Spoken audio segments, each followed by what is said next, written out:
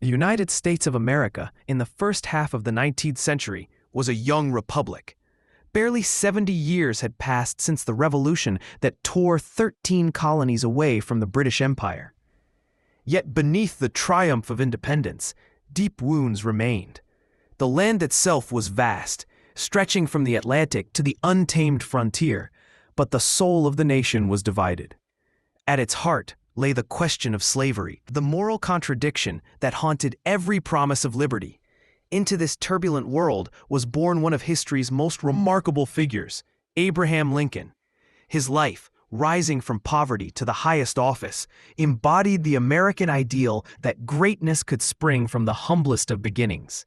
His words would echo through generations.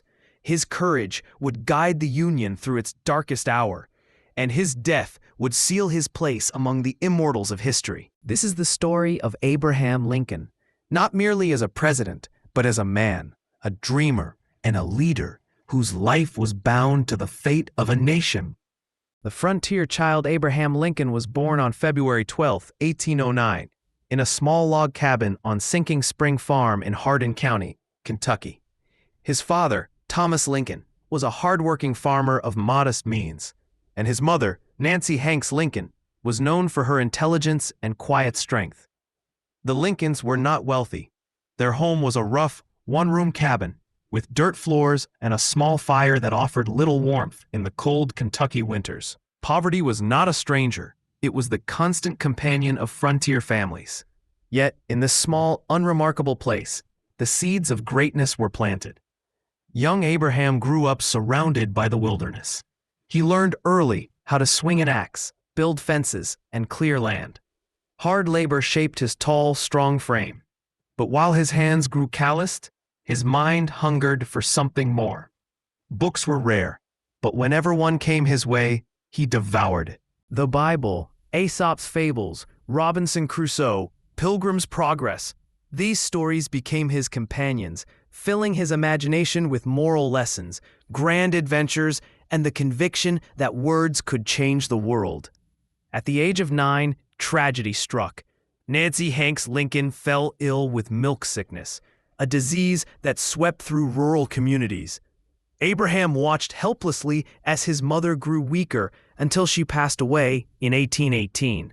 For a boy so young, the loss was devastating. Yet even in grief, he absorbed her final lessons of kindness and faith.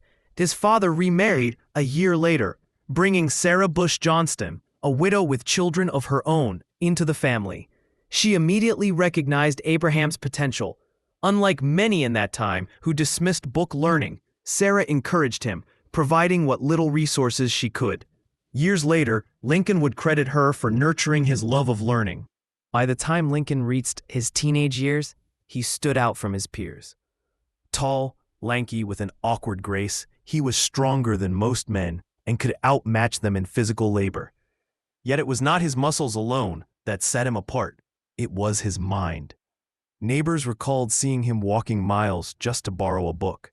He would sit late at night by firelight, reading until the pages blurred. His handwriting, carved into scraps of wood and leather, was the practice of a boy determined to master the written word. In 1830, the Lincoln family moved to Illinois, joining the wave of westward migration. There, Abraham helped his father clear land and build a new home. But by the age of 21, he decided to strike out on his own. He worked as a rail splitter, a store clerk, and even served briefly as a soldier in the Black Hawk War. Though he saw little combat, his leadership qualities emerged. Fellow soldiers elected him captain, a sign of respect for his character. This was his first taste of public recognition, and it planted the seed of ambition. Soon after, he tried his hand at business. He opened a small store with a partner, but the venture failed, leaving him in debt for years. Yet failure did not crush him. Instead, it taught him resilience, the kind of perseverance that would define his life. At the same time, he began to take an interest in politics. He ran for the Illinois state legislature in 1832, campaigning on internal improvements like roads and canals. Though he lost, his natural eloquence and honesty impressed many. 2 years later, he tried again, And this time, he won. From this point forward, Abraham Lincoln's path was set. He would rise through public service, guided not by wealth or privilege, but by intellect, hard work, and an unwavering sense of justice. To make a career in politics, Lincoln knew he needed a profession. He turned to law, teaching himself the subject by reading borrowed legal texts. By 1836, he passed the bar exam and began practicing in Springfield, Illinois. Lincoln quickly gained a reputation as a brilliant lawyer. He was not flashy, nor did he rely on theatrics in the courtroom. Instead, he used plain language, logical reasoning, and a deep understanding of human nature. Jurors respected him because they could understand him. Opponents respected him because they could not outwit him. Stories of his honesty became legendary. He would refuse cases he believed unjust. He once returned money to a client who had overpaid him. This reputation earned him the nickname Honest Abe. At the same time, he built a social life. In 1842, he married Mary Todd, a spirited and educated woman from a prominent Kentucky family. Their marriage was complex, filled with affection but also frequent quarrels. They had 4 sons, though only one, Robert, would survive to adulthood. The loss of their children brought deep sorrow to the Lincolns, shaping Abraham's melancholy nature. By the 1840s, Lincoln's career was thriving. He served 1 term in the U.S. House of Representatives, where he spoke out against the Mexican-American War, calling it an unjust conflict driven by the desire to expand slavery. Though his stance was unpopular, it revealed his willingness to stand for principle over popularity. But after that single term, he stepped back from politics, focusing on law. For nearly a decade, he traveled the circuit, riding horseback from town to town, arguing cases in small courthouses. During this time, he sharpened his skills as a speaker, skills that would one day move a nation. By the 1850s, America was tearing at the seams. The question of slavery, long simmering, had reached a boiling point. The Missouri Compromise, which had once balanced free and slave states, was unraveling. The Compromise of 1850 and the Kansas-Nebraska Act allowed new territories to decide the issue of slavery by popular vote, leading to violent clashes known as Bleeding Kansas. Lincoln, who had long opposed the expansion of slavery, could not remain silent. Though he had no illusions that slavery could be abolished overnight, he believed firmly that it should not spread into new territories. For him, the issue was moral as much as political. In 1854, he declared, "If the Negro is a man, why then my ancient faith teaches me that all men are created equal, and that there can be no moral right in connection with one man's making a slave of another." His speeches electrified audiences. In 1858, he ran against Stephen A. Douglas for the U.S. Senate. The debates between Lincoln and Douglas became legendary. Lincoln argued that the nation could not endure half slave and half free. Douglas defended popular sovereignty, leaving the decision to local settlers. Though Lincoln lost the Senate race, his words reached far beyond Illinois. Newspapers across the country printed his speeches, and his name began to circulate among those seeking a leader who could confront the slavery crisis. The stage was set for Lincoln's leap into national politics. The presidential election of 1860 was one of the most consequential in American history. The country was deeply divided. The Democratic Party split in two, with Northern and Southern factions nominating different candidates. This division gave Lincoln, representing the relatively new Republican Party, a path to victory. His campaign emphasized halting the spread of slavery, supporting free labor, and preserving the Union. He did not promise immediate emancipation, but his opposition to slavery's expansion was enough to alarm the South. When the votes were counted, Abraham Lincoln was elected the 16th President of the United States. He won without carrying a single Southern state. For many Southerners, this was intolerable. Before Lincoln even took office, South Carolina seceded from the Union, followed by several other states. By the time of his inauguration in March 1861, the nation was on the brink of war. Lincoln, with his characteristic calm and moral resolve, declared in his inaugural address, "We are not enemies, but friends. We must not be enemies. Though passion may have strained, it must not break our bonds of affection." But despite his pleas, the storm could no longer be held back. April 1861. The cannons roared at Fort Sumter in Charleston Harbor, South Carolina. Confederate forces fired the first shots, and the fragile bond that had held North and South together snapped.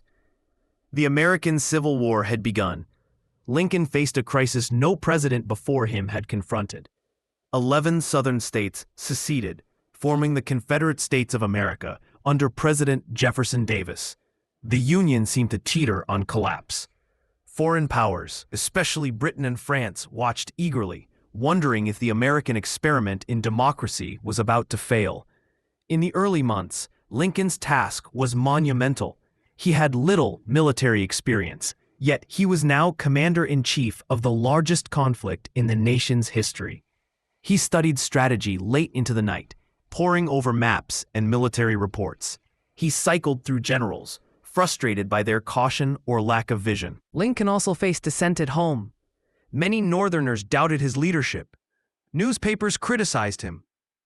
Political opponents accused him of overreaching power when he suspended habeas corpus to prevent sabotage and rebellion in border states. Yet Lincoln knew the stakes. If the Union fell, the dream of liberty for all people would crumble with it. At the war's beginning, Lincoln's primary goal was preserving the Union. He repeatedly declared that he would save the Union with or without abolishing slavery. Yet as the conflict dragged on, the issue of slavery could no longer be avoided. By 1862, Lincoln came to believe that slavery was not only a moral evil, but also the foundation of the Confederacy's strength. If he struck at slavery, he could weaken the enemy and redefine the war's purpose. On January 1st, 1863, he issued the Emancipation Proclamation. This historic document declared that all enslaved people in Confederate-held territory were free. While it did not immediately free all slaves, since it could not be enforced in rebel states still under Confederate control, it transformed the war into a fight not just for Union, but for human liberty. Lincoln's words thundered across the world. In giving freedom to the slave, we assure freedom to the free, honorable alike in what we give and what we preserve. The proclamation also allowed black men to enlist in the Union Army. By war's end, nearly 200,000 African Americans had served, their courage proving decisive in turning the tide. The summer of 1863 brought one of the war's bloodiest battles, Gettysburg, Pennsylvania. For 3 days in July, Union and Confederate forces clashed in a desperate struggle. When it ended, more than 50,000 men were dead, wounded, or missing. A few months later, Lincoln traveled to Gettysburg to dedicate a cemetery for the fallen. There, in just 272 words, he delivered one of the most powerful speeches in human history, the Gettysburg Address. He reminded Americans that the war was not only about territory or politics, but about the very survival of a nation founded on equality. That this nation, under God, shall have a new birth of freedom, and that government of the people, by the people, for the people, shall not perish from the earth. The address lasted barely 2 minutes, yet its meaning has endured for centuries. In those brief lines, Lincoln gave the war, and the American experiment itself, a sacred purpose. As the war dragged into its 4th year, Lincoln bore its burdens heavily. His face grew lined, his shoulders stooped, his eyes carried a deep sadness. The personal cost was immense. He often visited soldiers in hospitals, shaking their hands, listening to their stories, offering words of comfort. He knew their suffering because he carried the nation's pain himself. Military victories were hard won. In 1864, Union General Ulysses S. Grant took command. Next, pressing relentlessly against Confederate forces, Grant's brutal campaigns led to staggering casualties, but they ground down the Confederate Army. Meanwhile, General William Tecumseh Sherman marched through Georgia, devastating the South's infrastructure in his march to the sea. Despite progress, war weariness spread in the North. Lincoln faced re-election in 1864, and many believed he would lose. His opponent, former Union General George McClellan, promised peace negotiations with the Confederacy. But then came Union victories, turning the tide of public opinion. In November 1864, Lincoln was re-elected, carrying 212 of 233 electoral votes. His victory was not only political, but symbolic. The American people had chosen to finish the fight. By early 1865, the Confederacy was collapsing. Food shortages, desertions, and Union victories made defeat inevitable. On April 9, 1865, Confederate General Robert E. Lee surrendered to Grant at Appomattox Courthouse in Virginia. The war was over. The Union had been preserved. Slavery, the nation's original sin, was mortally wounded. Lincoln, in his second inaugural address, delivered just weeks earlier, had spoken not with triumph, but on the evening of April 14, 1865, just 5 days after Lee's surrender, Lincoln attended a play at Ford's Theater in Washington, D.C., with his wife Mary. As the audience laughed and applauded, an actor and Confederate sympathizer named John Wilkes Booth slipped into the presidential box. At 10:15 p.m., he raised a pistol and fired a single shot into the back of Lincoln's head. The president was carried, unconscious, across the street to a boarding house. Through the night, doctors worked in vain. At 7:22 a.m. on April 15, 1865, Abraham Lincoln died. He was 56 years old. Secretary of War Edwin Stanton, standing at his bedside, uttered the immortal words, "Now he belongs to the ages." The nation plunged into mourning. Millions wept openly. Lincoln's body was carried by train across the country, stopping in cities where crowds gathered to pay their respects. His funeral procession was unlike anything America had ever seen. Abraham Lincoln's life ended in tragedy, but his legacy endured. He had guided the Union through its darkest trial, preserved the nation, and struck a fatal blow against slavery. To many, he became more than a man. He became a symbol of freedom, equality, and the endurance of democracy. Monuments were raised in his honor. His words were etched into the conscience of the world. The 13th Amendment, passed shortly after his death, permanently abolished slavery in the United States. In that moment, Lincoln's vision was realized. A nation where liberty was no longer a promise deferred, but a right enshrined. Generations have looked to Lincoln for inspiration.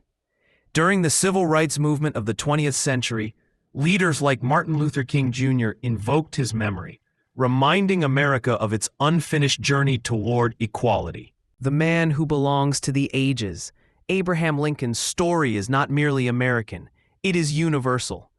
It is the story of resilience in the face of failure, of compassion in the face of hatred, of courage in the face of overwhelming odds. He was not perfect. He wrestled with doubt, depression, and the weight of impossible choices. Yet it was in those imperfections that his humanity shone brightest. He showed that greatness is not about being flawless, but about rising, again and again, to meet the moment history demands. More than 150 years after his death, Lincoln still speaks to us. His words remind us of the promise of democracy. His life reminds us that even in the darkest hours, leadership rooted in principle can light the way forward. Abraham Lincoln, the rail splitter, the lawyer, the president, the emancipator, the martyr, remains, truly, the most famous person in American history.